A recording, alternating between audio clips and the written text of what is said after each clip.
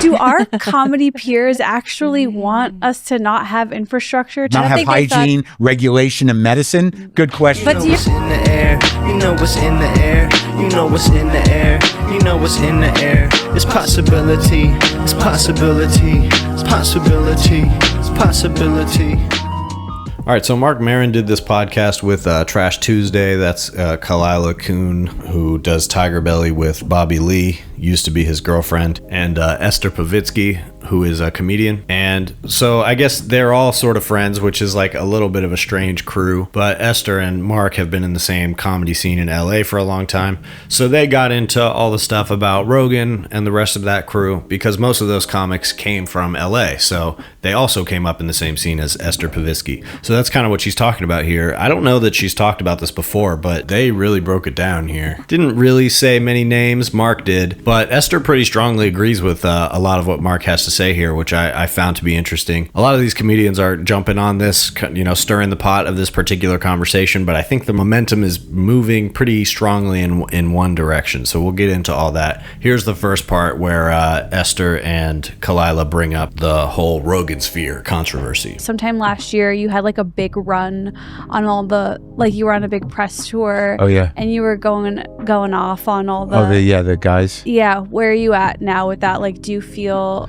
It seems like some of them have sort of rethunk it a bit, but like I don't know that I can really. Mostly Tim, and I feel like Andrew has kind of rethunk it.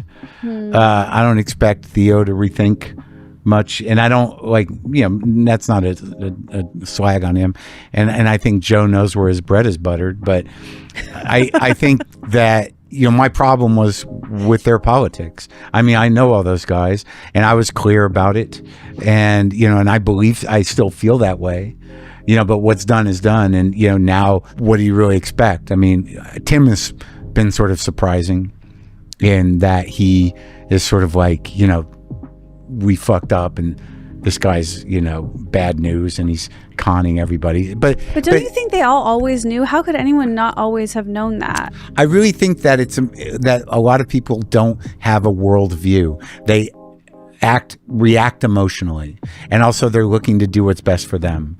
But I really don't think, in order to really get from, I want to say trans, I want to say retard.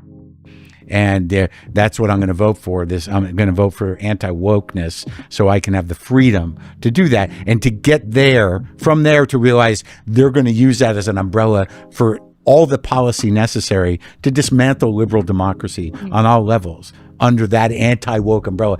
For them to know that was going to happen would take a worldview, and it would take an engagement with what these guys wanted to do politically in the big picture. And I don't know that they did that. Yeah, they cherry-picked what was convenient for their own, personal They're fundamentally gain. Not political people. Yeah. Right. They're not following the narrative, and they're not necessarily, they'll react to stuff.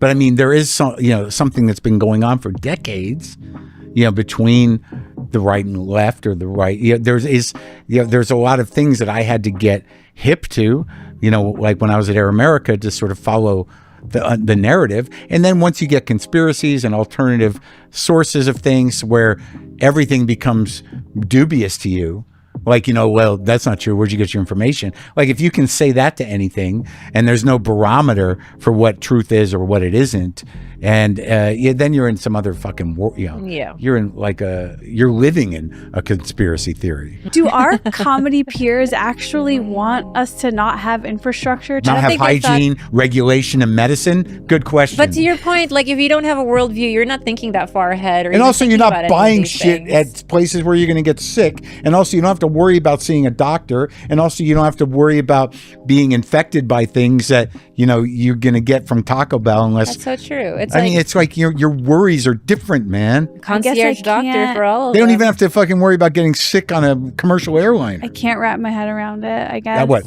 Having that much money and being that excited to be that fucking rich? Well, just like to care that little about I want to know how you would act as a 1%er. Well, the 1%'s pretty big, but like, are you talking like Kevin Hart 1%? I want Joe to see Rogan Esther 1%? as like a private, no private commercial jet. airline. Yeah. I would still, though, want, like, I would totally, you're right, keep to myself, shut the world out. I'm supportive of that, but I would still care. You'd have a nice pool. Yeah, I would, but I would care about others still. You think so? You think? You know? I do think so. I don't know. Maybe I would be evil. Okay, so I mean, some pretty accurate descriptions from Mark here about like what's going on here. The fact that a lot of this Trump support that we saw from these guys comes from a lack of worldview, and that's true, you know, across the board for a lot of people that ended up supporting Trump anyway. It's just like not really being that thorough in your understanding of these things. So some of the reactionary arguments start to make a little bit of sense, especially if it feels like it's an opportunity to go in that direction or culture's heading in that direction, and you can ride the wave a little bit. So I mean, I honestly think they're all smart enough to know better, but definitely using this sort of cudgel that Mark describes of, well, how do you know that's true? And just because they say they're experts, how do you know they're experts? And that sort of deconstruction of authority as a concept, as an institutional concept, that's very useful for them. They don't really have to worry about the consequences of that. It's essentially an externality. It's something that doesn't affect their bottom line. So they can just keep doing it, even if their predictions are wrong. It doesn't really matter. They can just keep saying they were right. And that's exactly what Joe is doing. Just continuing to build his own narrative, his own sort of alternate universe. And then I think they get to an important crux of it when she asks, like, do our peers not want us to have these infrastructures? They're talking about cyclospora and the other warnings and recalls that they've had to issue on certain like types of produce, and that's a story that really has broken through. That's like a very mainstream conversation, so it's a good opportunity to get in there and talk to people about the idea that like these type of programs are important. I think there is some understanding of that as well. There are going to be people who conspiracy theorize and come up with some kind of mental gymnastics reason for it, but I think that's not as potent as it was a few years ago, given that people know who's in control now. People know that the entire narrative behind electing Trump is we're going to undo all the conspiracies. That's the whole point, is Trump is the anti-conspiracy. He's the antidote to the Illuminati. That's really what people think. And so, you know, reality creeps in a little. My thinking is that like most of these people are never going to admit they were wrong. Mark says that he feels Tim Dillon has, you know, changed his tune, and Andrew Schultz has as well. I think sort of. I mean, Tim, he has the same problem that Rogan has, which is that his bread is buttered there. He can't really pivot. He alienated the left on purpose. So he actively avoids putting two and two together. And that's what they all do, right? They're willing to point out Trump. They point out the corruption. They point out the problems in this infrastructure that Trump purposely created. And yet they can't connect it to the fact that this is always what the Trump project was, because Trump specifically wants to empower capitalists and destroy the administrative state. That's like the sole motivation, and always was, even before Project 2025. People just don't want to listen because they don't want to listen to the experts. They would rather listen to somebody who claims to be the anti-expert, and they're going to keep doing that. That mindset hasn't changed, and I think Tim Dillon and others like him are sort of just reaching for the next guy who will tell them the type of lies that they want to hear. So in this next part, they talk more about how it is that like people who came up in this sort of, you know, scrappy comedy scene, like broke as fuck, just trying to get to it however they can, trying to come up, how people like that end up with right-wing conservative beliefs. Also touches a little bit on what I was talking about yesterday with how like the amassing of wealth is a part of it as well. So here's that. Mm-hmm. It's frustrating because I look at this, I'm like, what's worse? That these people were so evil and selfish, or that they were actually just that stupid? And I don't really know which one it is. I think that once you get into the 1%, that your life is that. So like once you sort of like look at all these guys, you know, jockeying for position in the 1%, hundreds of millions of dollars. You're talking a lot of money.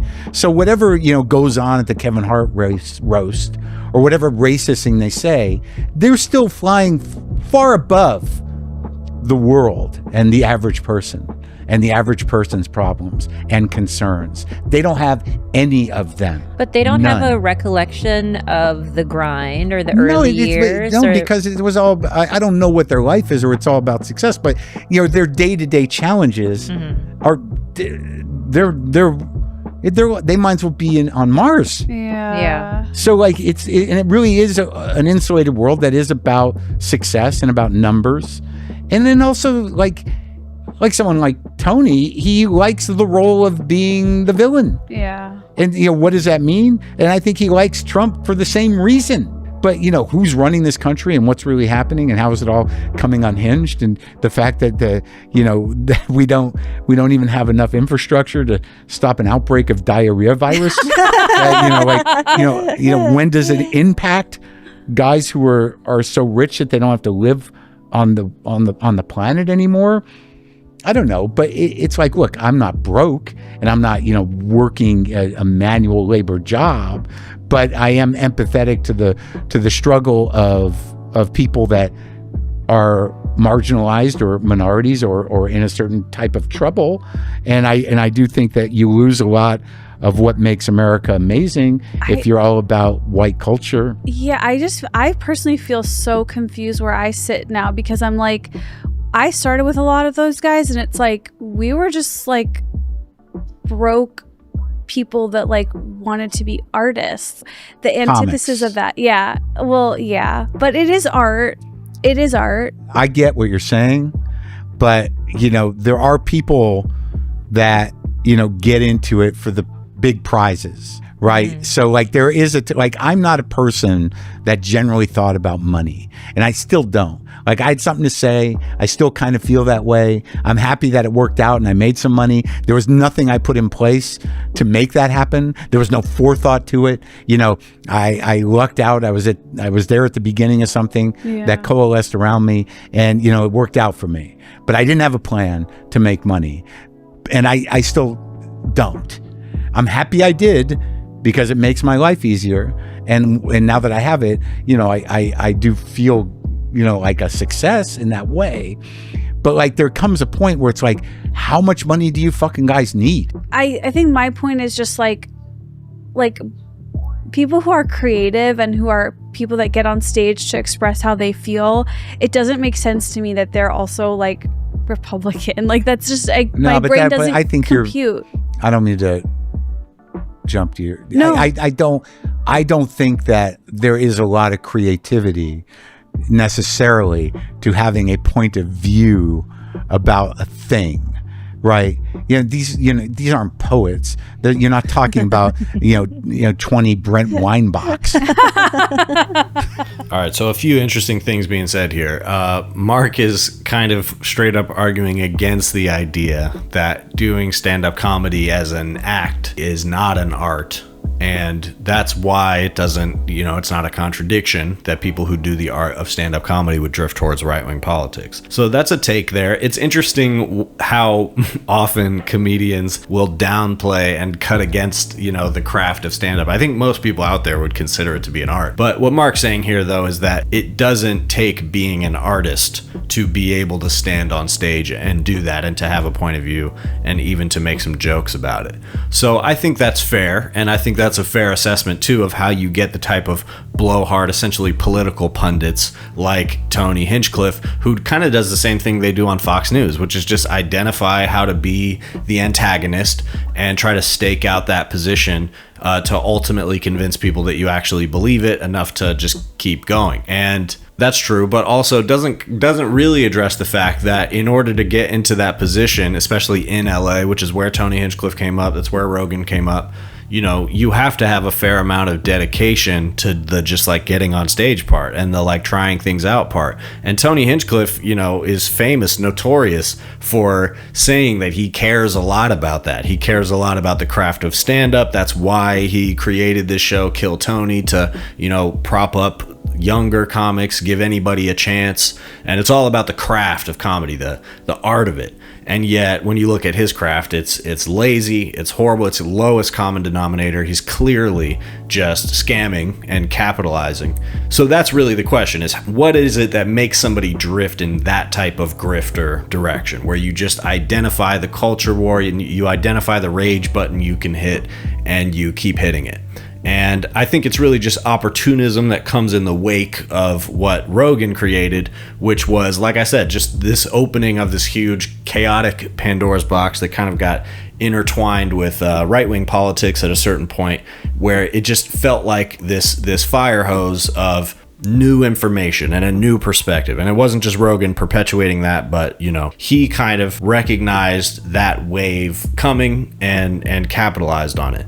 And what it ultimately is people's desire to have these conversations and a lack of a good answer for it in the media space. And people have pointed this out, I don't remember who, but the idea that like it's easier for them to talk about this stuff because they're not sticking to the facts as much. It's like easier and more entertaining to get into these subjects when you don't have to adhere to a rigorous set of facts. So people who are inclined, personality-wise or otherwise, to stick to things that they know to be true based on like verifiable information, they're gonna speak differently when speaking in public than somebody like Joe Rogan, who's more interested in saying the creative thing. That's what I remember about him from back in the day, is that he was always saying sort of interesting, imaginative things about humanity and the nature of consciousness. And so now that has evolved into still very creative theories about AI and human nature and vaccines and all of it. Like if you listen to Rogan, you can see that there's a clear reason that he entertains a lot of people, because it's very colorful commentary that he does. And I think, just to wrap it up, I've been talking a lot about comedy and podcasts and stuff lately, so I won't stay on that wave forever, but I am thinking about the whole podcasting thing in general and why that type of casual conversation is so effective and seems to have a decent amount of staying power. It's stayed through like multiple iterations of the internet, starting with Marc Maron. You know, it's this wave that all of these guys have been riding, and he says that here.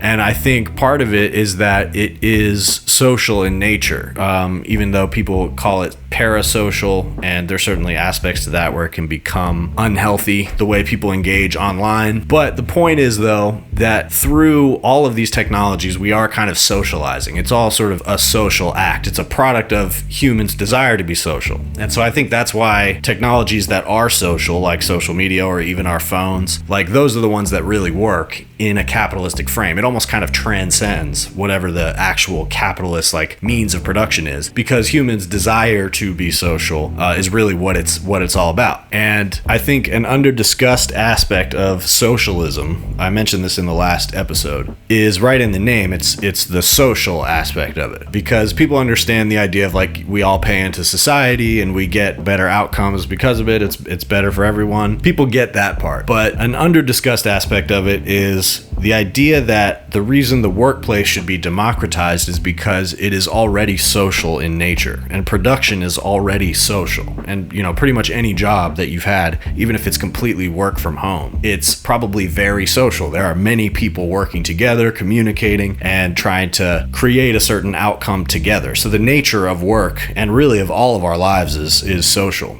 And I think ultimately that's like what all of these technologies and mediums are reaching for, is that social connection. And I think that's where socialists, or just people who are left of center, can take back some of the advantage of the reactionaries who are reaching a lot of people by speaking on an emotional basis.